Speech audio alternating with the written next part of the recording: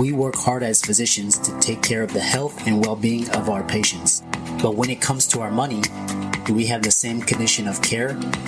Probably not. Let's change that together.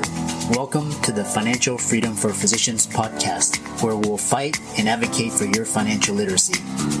As always, I'm your host, Dr. Christopher Liu. Thanks for being here. Let's jump into the show.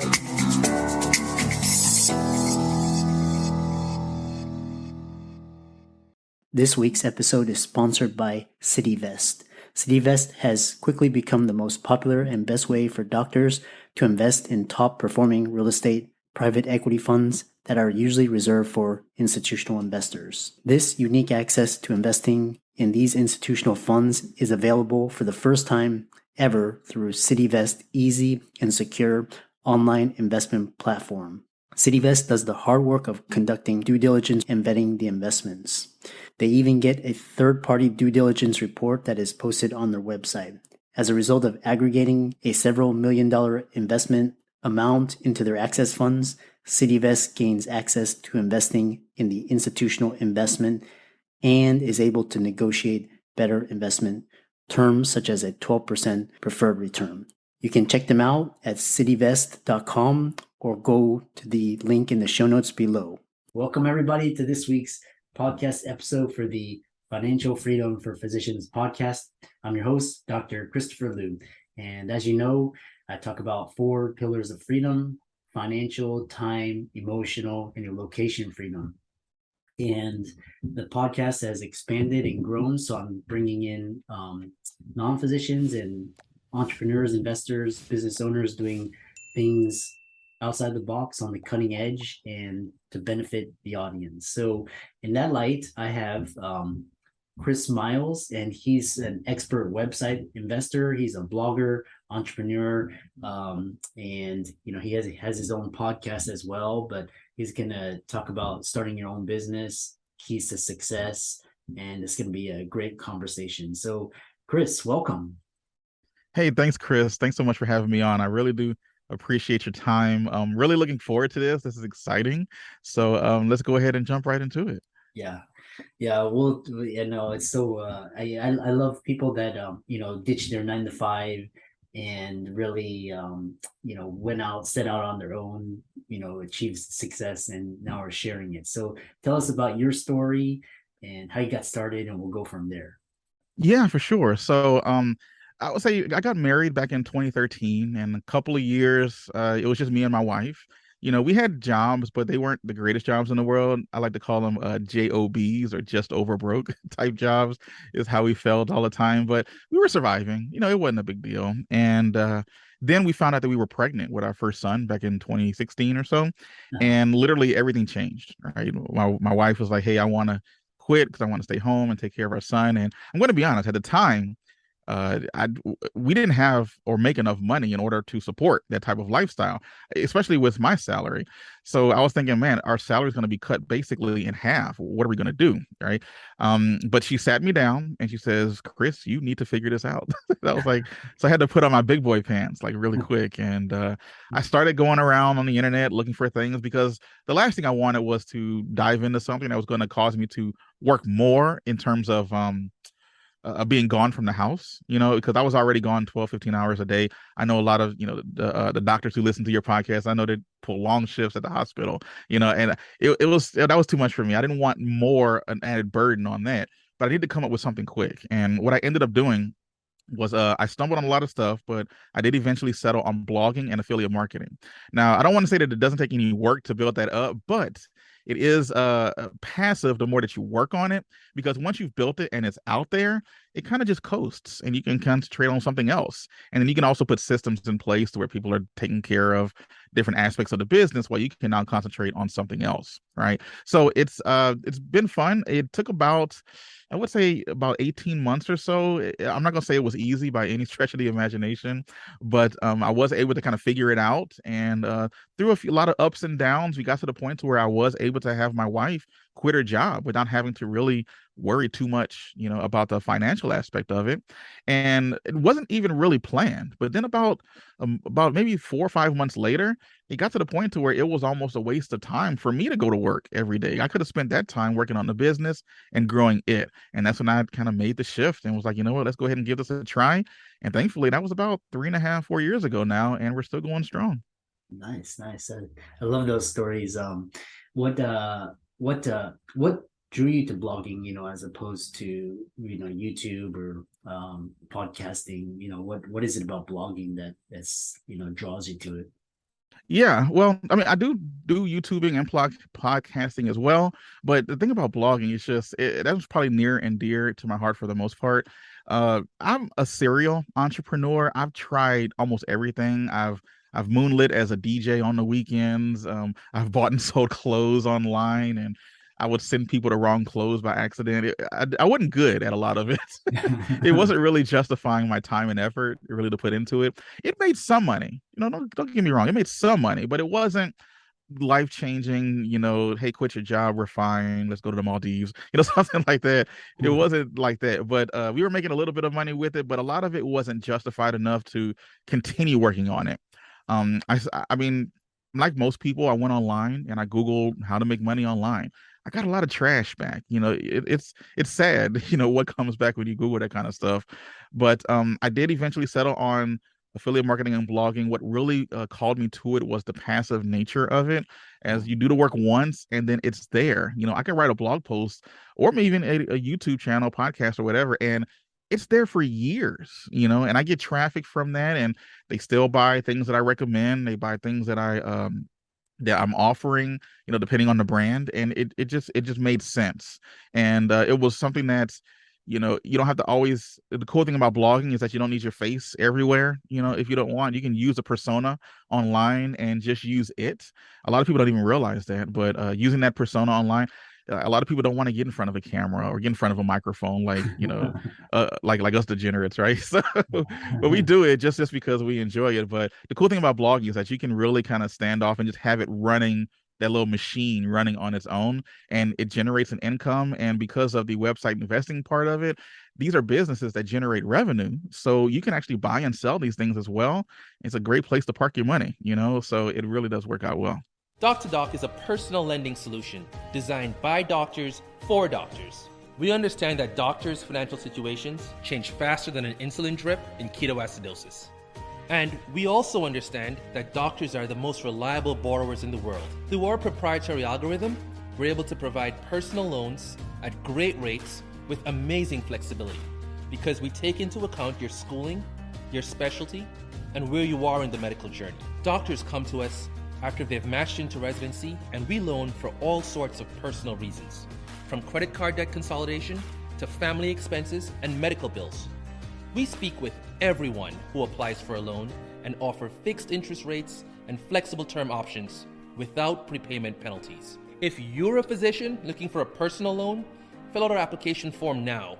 It only takes 3 minutes, and we'll get back to you with a decision within 24 hours. Yeah. So the thing I love about blogging is you can just do it at any time, and it's kind of Yes. you're writing. If you love to write and put your thoughts to paper, it has so many advantages. So Yeah, as I've gotten better with it, I've learned to outsource a lot of it too. So even if you weren't that great of a writer, you can usually outsource it to a trusted resource and still get it to grow, become a content publisher almost versus a quote unquote blogger. yeah, that's interesting. Talk about some ideas to help the audience. Is how much were you blogging? How much do you need to blog to get traffic, start out, and how do you get ideas and go from there? Yeah, you mean in terms of like money to get started? Or just in terms of should you blog like once a week or once a month? Uh, yeah, the getting started with it is like most things. I really believe you could probably make money online doing 1,000 things. You just got to find one and stick to it, right? And just stick to it for a little longer than Don't try it for a month and then give up. Otherwise, you're going to have a whole bunch of half-done projects, right? Yeah. It does require you to do a little bit of a lot of due diligence to be and sticking with it. But I mean, honestly, if you have the right path and you're following the right procedures, because the one thing that Google really wants, we depend on Google to send a lot of our traffic, to my sites. So the main thing with it is that you need to create content that Google likes. You need to create content that Google will feel proud to put in front of other people so that you can then, get the benefits of that traffic. So that once you get traffic, it's easy to make money off the people once they're there. It's just getting the people there, which can sometimes be the hard part. So when you're getting started with really anything, but specifically with blogging, I would say give it a solid 6 months to a year of honestly trying to do it, not just say 30 minutes here and then a month later 30 minutes there. It's got to be a little bit more diligent with it, and come talk to me after that. Once you've already done that, then we can look back and reassess and see if you're exactly where you want to be, what we can do to tweak it and try to get it a little bit higher, or whatever it happens to be. So if you can give it a legitimate shot, that normally works out. In terms of the amount of articles you need to post, the more articles the better. There's not really a set time. The most amount of articles that's best for you is the amount of articles that you can produce. If you can do 4 in a month, great. That's about 1 per week. If you can do 50 a month, that's even better. You can do that. But whatever it is you do, you need to do it consistently over a decent amount of time in order to see any type of traction in terms of traffic and revenue. It's the key is to just stay consistent at it. You can do it on the weekends, evenings, when you have spare time, and write things that are interesting, engaging, funny, entertainment, educational. So yeah, the keyword research is really big with it as well, because you want to make sure that you're writing on topics that you have a shot at ranking for in Google and that people actually are searching for. I can literally write an article on what bike does Dwight Schrute ride, and I'll probably have a good shot at ranking for it, but who's looking for that, right? You need to make sure that it's for things that you're writing content for, things that people are actually looking for, finding those holes on Google, and then being able to fill those holes with content that you and your business creates. Yeah. The other thing is you mentioned affiliate marketing, which is really interesting, and it's really passive and scalable. Tell us, for the listeners that are new to content marketing, affiliate marketing, tell us what it is and how that works. Yeah, so affiliate marketing is great. It's my bread and butter. It's really what I enjoy the most about this process, is because you're able to give your audience products that help serve them, and then you get a kickback of the sale, if and when it occurs. But it also comes without the customer service aspect of it. It comes without the return aspect of it. So I can recommend something, they go buy it. If they don't like it, they go back to the manufacturer, not to me. And I don't have to worry about dealing with customer service and all of this fun stuff. You're basically just partnering with companies to promote their product. And they don't have to pay you any benefits. They don't have to pay you vacation or anything like this. You only get paid if you make a sale, and they give you the money, and then it's yours, and that's really the best part about it, because you don't have to own your own product. You don't have to sit down and record, a course or videos and all of this fun stuff. You can literally just find something that you're interested in. And I definitely recommend that you do it with things that you are already using and that you already like and use, because you need to have some integrity with it. It's very easy to fall into the trap of seeing just the dollar signs. Oh, I'm going to promote this just because it's going to make me a lot of money. But you want to avoid that, because if it's a bad product or if it's going to hurt somebody, you don't want to do that. You want to make sure you have some integrity with it. It's a product that you actually use. I use the example of, if there's like a favorite pizza place around the corner, you'd probably go around and tell your friends about it, and maybe the owner of that pizza place said, hey, every time you send somebody here, I'll give you $5. All right, you might have 5, 10, 20 friends you might refer to there, make you about $100. But what if you had 1,000 friends? What if you had 1,000,000 friends? All of a sudden that starts to scale pretty quickly. So that's what affiliate marketing is. You find something that you like and that you don't mind telling people about, and you go out and tell as many people as possible. And if you can make some money from it based on the affiliate marketing side of things, you can really scale that pretty well. And it becomes passive when you create content on social media, like blogging, YouTube, podcasting, and things like that. Yeah, yeah. The other thing is, you went from blogging to, an affiliate marketing, and now you have a podcast, and then you also YouTube as well. So tell the audience how you dominated YouTube and created passive income for yourself that way.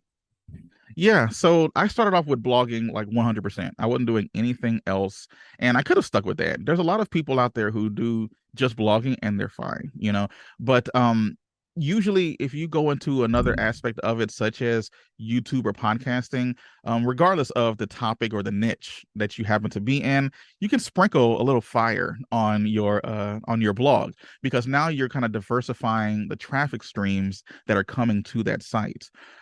If you have just a blog, you're really just largely depending on traffic that you're going to get from Google, maybe a little bit from Bing or DuckDuckGo or these other search engines out there, but that's basically it. Now, I mean, Google isn't like the worst thing in the world. If you can get traffic from Google, that's been one of the most consistent traffic sources for 15 years or more, I believe, since it's been around. And that's great. But, sometimes it's nice to diversify outside of what just you're going to get from Google traffic. YouTube is one of the best ways. Podcasting is a good way as well. So if Google were to disappear tomorrow, now granted, if Google disappeared tomorrow, that the world's probably in a much worse place than anything. But with YouTube and podcasting, if Google were to disappear tomorrow, you at least have some other ways that you can send traffic to your websites and still generate some revenue with it. So I used that same ideology when I first got started. After I had blogged for 8 months to a year, I decided to throw in a little bit of YouTube on it. One of the great ways to grow a blog and have people stay on your website longer, which is a positive signal to Google when people stay on your website a long time, is putting a video on there. So if someone lands on your website and they watch a video, they're going to be on your website for a while. My thing was, I didn't want people on my website watching other people's videos. So I was like, let me go ahead and create my video that promotes what I want people to do, and then I can just kind of scale it from there. And that's kind of how it started. It was just the blog, and I would create the accompanying YouTube video. But then after a while, I kind of flipped it, especially for the main brand. I kind of flipped it and started making more YouTube videos, and then the accompanying blog after it.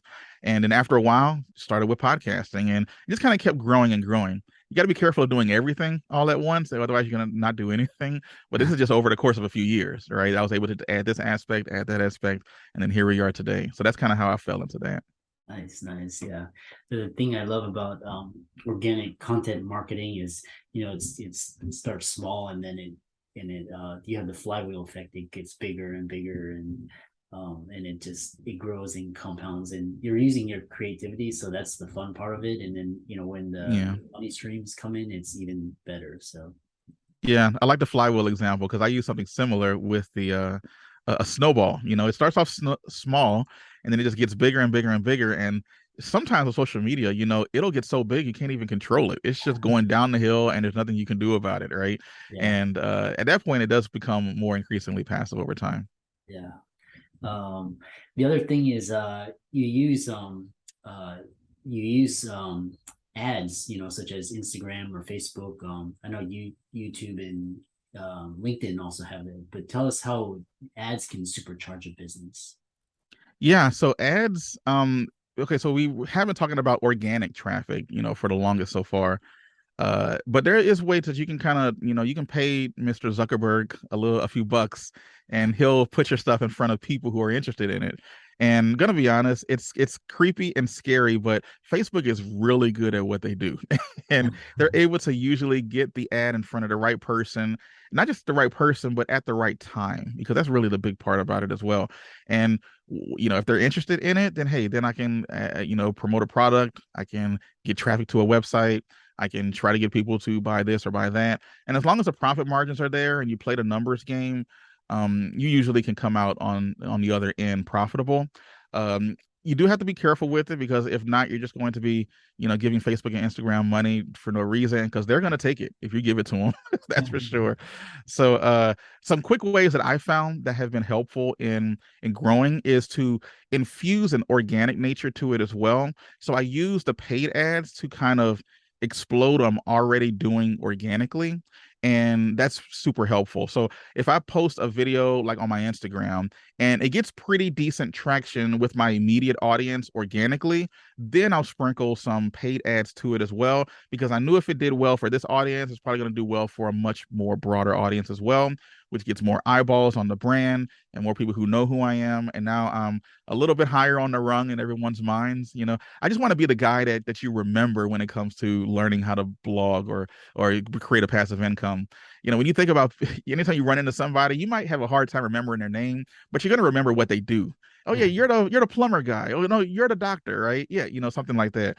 Nice. So I want people to be like, oh yeah, Chris, he's the blogger guy. Exactly. So being able to use paid ads to kind of blow that up has been super helpful. Yeah.